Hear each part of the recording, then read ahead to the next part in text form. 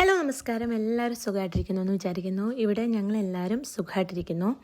ഇന്ന് നമുക്കൊരു ടെമ്പിൾ വ്ളോഗാണ്. അപ്പോൾ വീട്ടിൽ നിന്ന് നമ്മൾ രാവിലെ 6:20 ആയപ്പോഴത്തേക്ക് ഇറങ്ങിയിട്ടുണ്ടായിരുന്നു ക്ഷേത്രത്തിൽ പോകാൻ വേണ്ടിയിട്ട്. അപ്പം നമ്മൾ ആദ്യം പോകുന്നത് ചെട്ടികുളങ്ങര ക്ഷേത്രത്തിലേക്കാണ്. അപ്പോൾ ഒരു 6:23 ആയപ്പോഴത്തേക്ക് നമ്മൾ എത്തിയിട്ടുണ്ട് കേട്ടോ. അപ്പോൾ ഏകദേശം ഒരു 2 to 3 minutes മതി വീട്ടിൽ നിന്ന് ഇവിടെ വരാൻ വേണ്ടിയിട്ട്. അപ്പം ഞാനാണെങ്കിൽ കൂടുതലും ഈ ഏർലി മോർണിംഗ് ടൈമിലാണ് ഇവിടെ വരാറുള്ളത്. അപ്പോൾ എപ്പം ഞാൻ പാലക്കാട് നിന്ന് വന്നാലും ആദ്യം വന്ന് നമ്മുടെ ഓണാട്ടുകരക്കാരുടെ തമ്പുരാട്ടി അമ്മേനെ ഒന്ന് കാണും. എന്തോ എനിക്കറിയില്ല, അതൊരു പ്രത്യേക ഒരു പോസിറ്റീവ് വൈബാണ് കേട്ടോ. ഇവിടെ വന്ന് നമുക്ക് ദേവീനെ കാണുമ്പോൾ നമ്മുടെ ഒരു അമ്മേനെ കണ്ട ഒരു ഫീലിംഗ് ആണ് വരുന്നത്. പിന്നെ ഇത് നമ്മുടെ അമ്പലക്കുളമാണ് കേട്ടോ. പിന്നെ ചെട്ടികുളങ്ങര ക്ഷേത്രത്തെക്കുറിച്ച് പറയുവാണെങ്കിൽ എല്ലാവർക്കും അറിയായിരിക്കും, ഇവിടുത്തെ മഹോത്സവം കുംഭഭരണിയാണ്.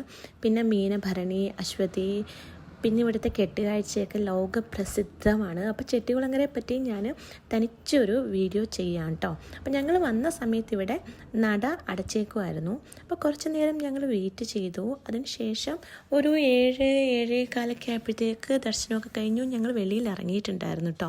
അപ്പോൾ ഇവിടെ വന്നിട്ട് ഈ മണ്ഡപത്തിലിരിക്കുമ്പോൾ നമുക്ക് നല്ല ഒരു പ്ലസൻറ്റായിട്ട് തോന്നും. അപ്പോൾ ഇത് കഴിഞ്ഞിട്ട് നമ്മൾ നേരെ പോകുന്നത് ആറന്മുള പാർത്ഥസാരഥി ക്ഷേത്രത്തിലേക്കാണ്. അപ്പോൾ നമ്മുടെ വീട്ടിൽ നിന്നൊരു 35 കിലോമീറ്റർ ഉണ്ട് കേട്ടോ. ആറന്മുള പത്തനംതിട്ട ഡിസ്ട്രിക്റ്റാണ്, ചെട്ടികുളങ്ങര ആലപ്പുഴ ഡിസ്ട്രിക്റ്റാണ് കേട്ടോ. അങ്ങനെ നമ്മളിപ്പോൾ ആറന്മുള ക്ഷേത്രത്തിൽ എത്തിയിട്ടുണ്ട്. ഇതാണ് ഇതിൻ്റെ എൻട്രി ആർച്ച്. അപ്പോൾ ആറന്മുള ക്ഷേത്രത്തിനെ കുറിച്ച് എല്ലാവർക്കും അറിയായിരിക്കും. കേരളത്തിലെ 5 പ്രസിദ്ധമായ ശ്രീകൃഷ്ണ ക്ഷേത്രങ്ങളിലൊന്നാണ്. ഇവിടുത്തെ വള്ളസദ്യ, വള്ളംകളി, പിന്നെ നമ്മളുടെ ആറന്മുള കണ്ണാടി, ഇതൊക്കെ ലോക പ്രസിദ്ധി ആർജിച്ച കാര്യങ്ങളാണ്, എല്ലാവർക്കും അറിയാമായിരിക്കും അല്ലേ. അതുപോലെ തന്നെ നമ്മുടെ ശബരിമല ശാസ്താവിൻ്റെ തങ്ക അങ്കി കൊണ്ടുള്ള ഈ ഘോഷയാത്ര സ്റ്റാർട്ട് ചെയ്യുന്നതും നമ്മുടെ ആറന്മുളയിൽ നിന്നാണ്. അപ്പോൾ ആറന്മുള എന്ന് പറയുന്ന പേര് വന്നതേ 6 മുളയുള്ള ഒരു വള്ളത്തിലാണ് ഈ വിഗ്രഹം ഇവിടെ കൊണ്ടുവന്നതെന്നാണ് ഐതിഹ്യം. അങ്ങനെ നമ്മൾ ആറന്മുളയിലെത്തി. നമുക്ക് തുളസിമാലയും താമരയൊക്കെ വാങ്ങിയിട്ട് നമ്മളിപ്പോൾ പാർത്ഥസാരഥിനെ കാണാൻ പോവാണ് കേട്ടോ. നിങ്ങൾ ആരെങ്കിലും ആറന്മുള ക്ഷേത്രത്തിൽ വന്നിട്ടില്ലെങ്കിൽ എപ്പോഴെങ്കിലും പത്തനംതിട്ട, ആലപ്പുഴ സൈഡൊക്കെ വരുന്ന സമയത്ത് ആറന്മുള ക്ഷേത്രം ഒന്ന് സന്ദർശിക്കാൻ ശ്രമിക്കണം കേട്ടോ.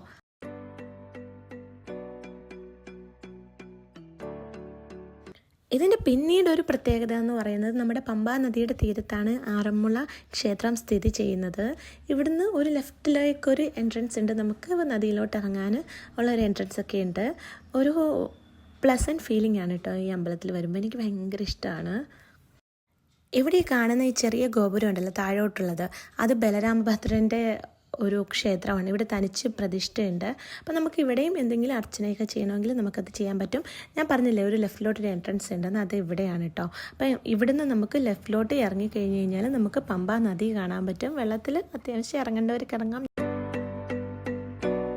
ഇവിടെ നട തുറക്കുന്നത് രാവിലെ 4:00-ക്കാണ്. പിന്നെ 12:30 ആകുമ്പോഴത്തേക്ക് ഇവിടെ നട അടയ്ക്കും.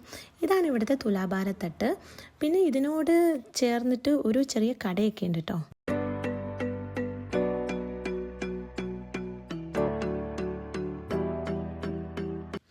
ഇപ്പോൾ കാണുന്നതാണ് അഡ്മിനിസ്ട്രേറ്റീവ് ഓഫീസ്. ഇതിൻ്റെ സൈഡിൽ കുറച്ച് മ്യൂറൽ ആർട്ടൊക്കെ ഉണ്ട് കേട്ടോ. നമ്മൾ ഈ പടിയൊക്കെ കയറി വന്ന് കാണുന്ന അമ്പലത്തിൻ്റെ എൻട്രൻസ് ഇതാണ് കേട്ടോ. ഇതാണ് അമ്പലത്തിൻ്റെ കൊടിമരം. ഇതാണ് അപ്പോൾ അമ്പലത്തിൻ്റെ ഫുൾ വ്യൂ ഇതാണ് കേട്ടോ.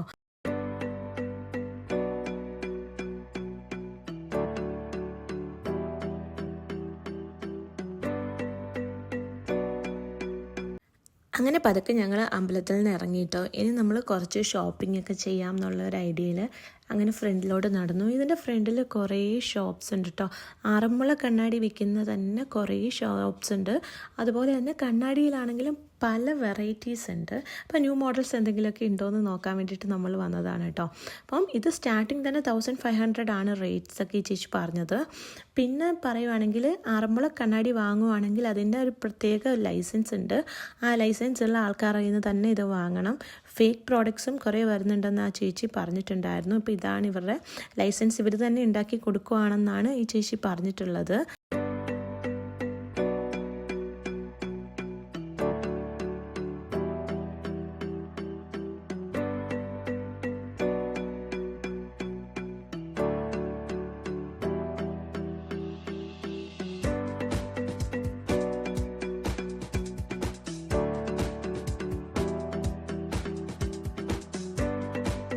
നമ്മുടെ അല്ലറ ചില്ലറ ഷോപ്പിംഗ് ഒക്കെ കഴിഞ്ഞിട്ട് നമ്മളിനി വീട്ടിലേക്ക് ഇറങ്ങുകയാണ്.